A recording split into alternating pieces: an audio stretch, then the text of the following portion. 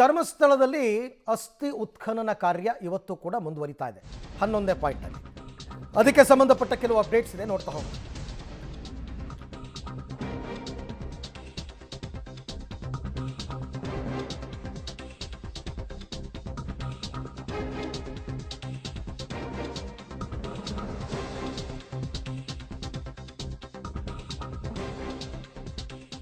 ನೋಡಿ, ದೂರುದಾರ ಸ್ಥಳವನ್ನೇ ಮರೆತಿದ್ದಾನ ಅಂತ ಅವತ್ತಿಂದನೂ ಇದು ಚರ್ಚೆ ಆಗ್ತಾ ಇತ್ತು. ಇವತ್ತು 11ನೇ ಪಾಯಿಂಟ್ ಕರ್ಕೊಂಡು ಬಂದಾಗ ಆತನೇ ಗುರುತಿಸಿದ ಪಾಯಿಂಟ್ 11, ಬಟ್ ಅದಲ್ಲ ಅಂತ. ಹಾಗಾಗಿ ಅದರ ಮೇಲ್ಗಡೆ ಇರ್ತಕ್ಕಂಥ ಗುಡ್ಡಕ್ಕೆ ಏನೋ ಕರ್ಕೊಂಡು ಹೋಗಿದ್ದಾರೆ ಅನಾಮಿಕ ಅಂತಕ್ಕಂಥ ಮಾಹಿತಿ ಬರ್ತಾ ಇದೆ. ಅಂದರೆ ಅಲ್ಲಿಗೆ 11ನೇ ಪಾಯಿಂಟ್ನಲ್ಲಿ ಆಗದಿಲ್ಲ ಭೂಮಿಯನ್ನು, ಆತ ಗೊಂದಲಕ್ಕೊಳಗಾಗಿದ್ದಾನೆ ದೂರುದಾರ, ಇದಲ್ಲ ಅಂತ.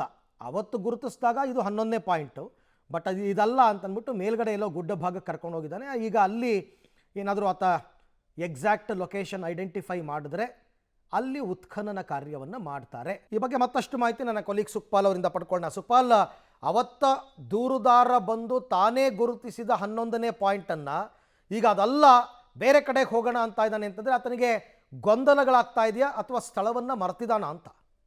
ಖಂಡಿತ ಅರವಿಂದ್, ನಾವು ಆರಂಭದಿಂದಲೇ ಹೇಳ್ತಿರುವಂಥದ್ದು, ಕೆಲವೊಂದು ದಿನಗಳಾದ ಬಳಿಕ ಆತ ಸುಮಾರು 4-5 ಪಾಯಿಂಟ್ಗಳು ಸಿಗದಿದ್ದಾಗ ಆತನಿಗೆ ಗೊಂದಲ ಆರಂಭ ಆಗಿರುವಂಥದ್ದು ಖಂಡಿತ ಗೊತ್ತಾಗುತ್ತೆ. ಈಗ ಅದು ಮತ್ತಷ್ಟು ಪ್ರೂವ್ ಆಗ್ತಾ ಇರುವಂಥದ್ದು. ಆತ 10ನೇ ಪಾಯಿಂಟ್ವರೆಗೂ ಆತ ತೋರಿಸಿರುವಂಥ ಜಾಗದಲ್ಲೇ ಉತ್ಖನನ ಮಾಡಲಿಕ್ಕೆ ಹೇಳಿರುವಂಥದ್ದು. ಆದರೆ ಇವತ್ತು 11ನೇ ಪಾಯಿಂಟಿಗೆ ಬಂದು ಅಲ್ಲೆಲ್ಲ ಮಾರ್ಕ್ ಮಾಡುವಂಥ ಪ್ಲ್ಯಾನ್ ಮಾಡಿದಂಥ ಸಂದರ್ಭದಲ್ಲಿ ಆತ ತಕ್ಷಣಕ್ಕೆ ಇಲ್ಲಿ ಬೇಡ, ಇದರ ಮೇಲ್ಭಾಗದಲ್ಲಿ ಇದೆ ಅನ್ನುವಂಥದ್ದನ್ನು ತೋರಿಸಿದ್ದೇನೆ. ನಾವು ದೃಶ್ಯದಲ್ಲಿ ಗಮನಿಸ್ಬೋದು, ಈ ಒಂದು ಹಸಿರು ಪರದೆ ಏನು ಹಾಕಿದ್ದಾರೆ, ಈ ಪರದೆ ಹತ್ರನೇ 11ನೇ ಪಾಯಿಂಟ್ ಇರುವಂಥದ್ದು. ಆದರೆ ಆತ ಏಕಾಏಕಿಯಾಗಿ ಇಲ್ಲಿಂದ ಬೇಡ ಮೇಲಕ್ಕೆ ಹೋಗುವ ಅನ್ನುವಂಥದ್ದನ್ನು ಅಧಿಕಾರಿಗಳಿಗೆ ತೋರಿಸ್ತಾನೆ. ಅಂದರೆ ಮೇಲ್ಭಾಗದಲ್ಲಿ ನೀವು ದೃಶ್ಯದಲ್ಲಿ ಏನು ಗುಡ್ಡ ಕಾಣ್ತಾ ಇದೆ, ಆ ಗುಡ್ಡದ ಭಾಗಕ್ಕೆ ಅವರು ಇಡೀ ತಂಡ ದೂರುದಾರನ ಜೊತೆ ತೆರಳಿರುವಂಥದ್ದು. ಅಂದರೆ ಆತ ಹೇಳಿರುವ ಪ್ರಕಾರ ಆತ ಹೇಳಿರುವ ಜಾಗದಲ್ಲೇ ಉತ್ಖನನ ಮಾಡಬೇಕು ಅನ್ನುವಂಥದ್ದು. ಆದರೆ ಈವರೆಗೂ ಅಧಿಕಾರಿಗಳು ನಿಗದಿ ಮಾಡಿರುವಂಥದ್ದು 11, 12, 13 ಪಾಯಿಂಟ್ಗಳೇನಿದೆ ಅದನ್ನು ಇವತ್ತು ಮುಗಿಸ್ಬೇಕನ್ನುವಂಥದ್ದು. ಆದರೆ ಈಗ ಆತ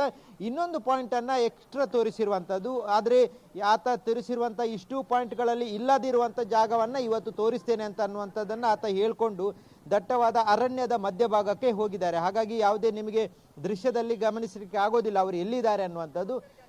ಈಗ ಸುಮಾರು 11:45 ಸುಮಾರಿಗೆ ಅವರು ಹೋಗಿರುವಂಥದ್ದು ಒಳಭಾಗಕ್ಕೆ. ಆದರೆ ಈವರೆಗೂ ಯಾವುದೇ ರೀತಿಯಾದಂಥ ಸುಳಿವು ಪತ್ತೆಯಾಗಿಲ್ಲ. ಅವರು ಏನು ಮಾಡ್ತಿದ್ದಾರೆ ಅಂದರೆ ಅಲ್ಲಿ ಹೋಗಿ ಈಗ ಉತ್ಖನನ ಕಾರ್ಯ ಆರಂಭಿಸಿರುವಂಥ ಸಾಧ್ಯತೆಗಳಿರುವಂಥದ್ದು. ಅಂದರೆ ಇಷ್ಟು ಹೊತ್ತು ವಾಪಸ್ ಬರದೇ ಇರುವಂಥ ಕಾರಣಕ್ಕಾಗಿ ಆತ ಅಲ್ಲೇ ಇದ್ದಾನೆ, ಜೊತೆಗೆ ಟೀಮು ಅಲ್ಲೇ ಇರುವಂಥ ಕಾರಣಕ್ಕಾಗಿ ಅಲ್ಲಿ ಉತ್ಖನನವನ್ನು ಆರಂಭಿಸಿದ್ದಾರೆ. ಹಾಗಾಗಿ ಇಷ್ಟರವರೆಗೆ ಪ್ಲ್ಯಾನ್ ಮಾಡಿರುವಂಥ 13ರ ಜೊತೆಗೆ ಮತ್ತೊಂದು ಸೇರ್ಪಡೆಯಾಗಿ 14 ಪಾಯಿಂಟ್ಗಳಾಗುವಂಥ ಸಾಧ್ಯತೆಗಳಿರುವಂಥದ್ದು. ಈಗ 11, 12, 13ರನ್ನು ಉತ್ಖನನ ಮಾಡದೇ ಇರಲಿಕ್ಕೆ ಸಾಧ್ಯನೇ ಇಲ್ಲ, ಅದನ್ನು ಮಾಡಲೇಬೇಕಾಗುತ್ತೆ. ಇದಾಗಿ ಈಗ ನಡುವೆ ಇನ್ನೊಂದು ಸೇರ್ಪಡೆ ಆಗಿರುವಂಥ ಕಾರಣಕ್ಕಾಗಿ ಈಗ ಅದನ್ನು ಅಗಿಯುವಂಥ ಕೆಲಸಗಳಾಗ್ತದೆ. ಅದನ್ನು ನೀವು ದೃಶ್ಯದಲ್ಲಿ ಗಮನಿಸ್ಬೋದು. ಇಲ್ಲಿ ಏನು ಹಿಟಾಚಿ ಯಂತ್ರವನ್ನು ತಂದು ನಿಲ್ಲಿಸಲಾಗಿದೆ, ಇದು 11ನೇ ಪಾಯಿಂಟಿಗೆ ಬೇಕಾಗಿ ತಂದು ನಿಲ್ಲಿಸಿರುವಂಥದ್ದು. ಅಂದರೆ ಮೊದಲ 3 ಅಡಿಯಷ್ಟು ಕಾರ್ಮಿಕರಿಂದ ಅಗದ ನಂತರ ಈ ಒಂದು ಹಿಟಾಚಿಯನ್ನು ಬಳಕೆ ಮಾಡಲಿಕ್ಕೆ ತಯಾರಿ ಮಾಡಿದ್ರು. ಯಾಕಂತ ಹೇಳಿದರೆ ಇದು ಅರಣ್ಯದ ಹೊರಗಿನ ಭಾಗದಲ್ಲಿರುವಂಥ ಪ್ರದೇಶ, ಹಾಗಾಗಿ ಇಲ್ಲಿ ಅದು ಅಗತ್ಯ ಬೀಳುತ್ತೆ ಅನ್ನುವಂಥ ಕಾರಣಕ್ಕಾಗಿ ತಗೊಂಬಂದಿದ್ದಾರೆ. ಆದರೆ ಸದ್ಯ ಈಗ ಅರಣ್ಯದ ನಡುವಿಗೆ ಹೋಗಿರುವಂಥ ಕಾರಣಕ್ಕಾಗಿ ಅಲ್ಲಿಗೆ ಯಂತ್ರೋಪಕರಣ ಬಳಕೆ ಮಾಡಲಿಕ್ಕೆ ಇಲ್ಲ. ಹಾಗಾಗಿ ಹಿಟಾಚಿಯನ್ನು ಈಗ ರಸ್ತೆ ಬದಿಯಲ್ಲೇ ನಿಲ್ಲಿಸಿರುವಂಥದ್ದನ್ನು ನೀವು ಗಮನಿಸಬಹುದು. ಇದೆಲ್ಲವನ್ನು ನಾವು ಗಮನಿಸಿದಾಗ ಆತನಿಗೆ ಇದರಲ್ಲಿ ಸಾಕಷ್ಟು ಗೊಂದಲ ಇದೆ ಅನ್ನುವಂಥದ್ದು ಸ್ಪಷ್ಟವಾಗುತ್ತೆ. ಯಾಕಂತ ಹೇಳಿದರೆ ಆತ ತೋರಿಸಿರುವಂಥ ಯಾವುದೇ ಒಂದು ಸ್ಥಳದಲ್ಲೂ ಆತ ಮಾಡಿರುವಂಥ ಪಾಯಿಂಟಲ್ಲೂ ಎಲ್ಲೂ ಯಾವುದೇ ರೀತಿಯಾದಂಥ ಕಳೆ ಬರಗಳು ಪತ್ತೆ ಆಗಿಲ್ಲ. 6ನೇ ಪಾಯಿಂಟಲ್ಲಿ ಸ್ವಲ್ಪ ಪ್ರಮಾಣದ್ದು ಬಿಟ್ಟರೆ ಬೇರೆ ಎಲ್ಲೂ ಪತ್ತೆ ಆಗದಂಥ ಹಿನ್ನೆಲೆಯಲ್ಲಿ ಈಗ ಮಧ್ಯಭಾಗದಲ್ಲಿ ಇನ್ನೊಂದು ಪ್ಲೇಸಲ್ಲಿ ಇದೆ ಅನ್ನುವಂಥದ್ದನ್ನು ಆತ ಹೇಳ್ಕೊಂಡಿದ್ದಾನೆ. ಆ ಹಿನ್ನೆಲೆಯಲ್ಲಿ ಈಗ ಸದ್ಯ SIT ತಂಡ ಮತ್ತೊಂದು ರಿಸ್ಕ್ ತಗೊಂಡು ಇನ್ನೊಂದು ಕಡೆಗೆ ಹೋಗಿ ಉತ್ಖನನ ಮಾಡುವಂಥ ಕೆಲಸವನ್ನು ಆರಂಭಿಸಿರುವಂಥದ್ದು. ಅರವಿಂದ್, ನಾನು ಅದಕ್ಕೆ ಪ್ರತಿ ಬಾರಿ ಹೇಳ್ತಾ ಇರ್ತೀನಿ, SIT ಅವರು ದೂರುದಾರನನ್ನು ಬಹಳ ವಿಶ್ವಾಸಕ್ಕೆ ತಗೊಂಡಿದ್ದಾರೆ.